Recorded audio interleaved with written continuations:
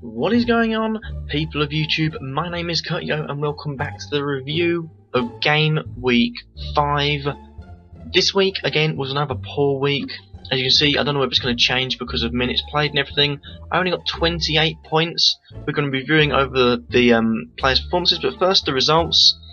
It was a load of shocks, really. I mean, everyone expected Villa to maybe get a point against Arsenal. They got pretty much battered quite easily.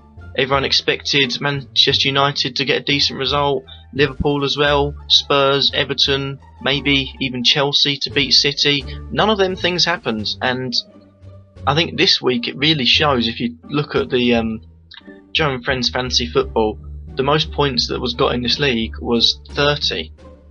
You know, it was a really, really disappointing week. I mean, there was 2 there. Don't know how he managed to get 2. Let's see, who's in his team? Howard. Blackett got -3, I suppose. 2? No idea how that has got 2. But yeah, Lukaku was captain, good choice there. But nevertheless, on to the players' performances. I don't think I did a lot wrong personally this week, aside from the fact that I shouldn't have really put Diego Costa as my captain. That's probably the only thing I got wrong. But if you look at the points, the only thing maybe was Coleman had 75% chance of playing, but he didn't end up playing. But if you look at who's on the bench, Naismith didn't get any points whatsoever, got 0. Silva only got 1. Hutton only got 1. Krul only got 1. So compare them to the positions that I had on the pitch, I didn't really go wrong that much. How did Ivanovic only get 1 yellow card? I think there's got to be goals conceded against Ivanovic. Not against Coleman, luckily, but only against Ivanovic. But yeah, I don't think I did a lot wrong with the choice of my players. I just felt like there was a lot of poor performances this weekend, notably the Manchester United defence. I mean, I'm so glad I took Jones out of the defence, although he hasn't played that badly, but no, not a good start for United, not a good start for United's defence. But we need to review this. Overall, I think I did alright. I think 28 points, considering the best was 30 at the moment. Koscielny played well, got me a clean sheet. I think Lukaku did well. Bonus for being man of the match, I assume, or bonus for something. And I'm glad I kept the team how I did. But it is time for the inevitable transfer. Now, with this week being a bit odd, I'd say, it's hard to tell who to bring in and who to leave out. But one thing I am going to do is I'm going to change Naismith, because I feel like Naismith has run his battery out so far, and I think it's time for a change. Plus, Everton have got Liverpool next. I can see Liverpool maybe getting a win in that. I'm not sure, but with such an impressive performance this weekend, and I assume with Leicester needing that sort of striker, it's only going to improve.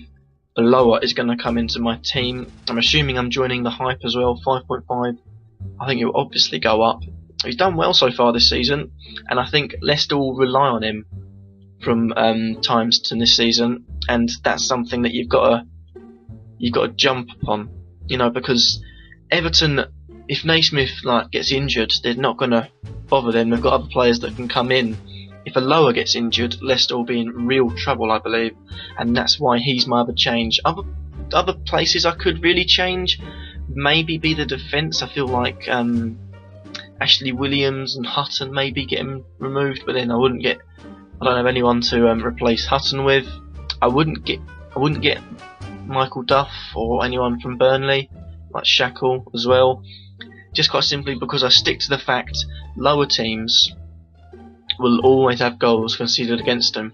Now, I know Burnley have done well so far. I think it's only a matter of time before they come up against a free scoring team that will put a few past them, and they need to be better in the attack if they're going to do any damage this season, if they're going to have a chance of staying up.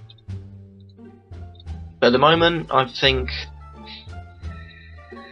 it's tough for Burnley. It is tough, but at the moment, I think they're doing all right. But they need to maybe find a goal scorer within their squad and find a way to score goals, because that's worryingly low at the moment. But they are up there at the moment. Don't be fooled by that. No, 7.7%. There's more people that have chose Duff than they've chose Aloha, which is insane in my eyes. I just moved the mic nearer my head. But it's yeah, don't move with the rush. Make sure you just try and stick with what you've got, because if you had a poor week this week, you know, I had a poor week, but there's nothing I could have done about it except get minus points for changing my whole team. The players on my bench weren't as effective as the players on the pitch. I mean, with the exception of Hutton replacing Coleman. That was it. But next week it looks like an absolute corker to finish things off. Some of the games down there I'm gonna love, and I mean absolutely love reviewing and looking at how to change my teams. But for now, the one transfer of the week is Aloha, or Joa, or however you say his name. He's going to be coming into my team, and he is going to be my one and only transfer. And that is how I'm going to end things off for this episode. Thank you guys for watching. Hopefully the points will pick up. Like I said, I got this week spot on, I believe, as well as I could with my squad. But maybe not with the defending. We're getting the 1 point in defence and maybe moving my captain over to someone else. But thank you guys for watching. If you like the video, leave a like. Let me know what you think in the comments down below. I'll confirm those quickly. Subscribe if you feel like I am worthy, and I'll catch you all in the next episode. Peace.